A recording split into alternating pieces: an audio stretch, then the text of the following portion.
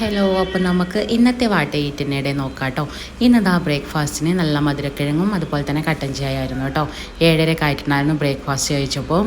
അതിനതാ ഒരു മധുരക്കിഴങ്ങും കട്ടൻ ചായ കുടിച്ചിട്ടുണ്ടായിരുന്നു.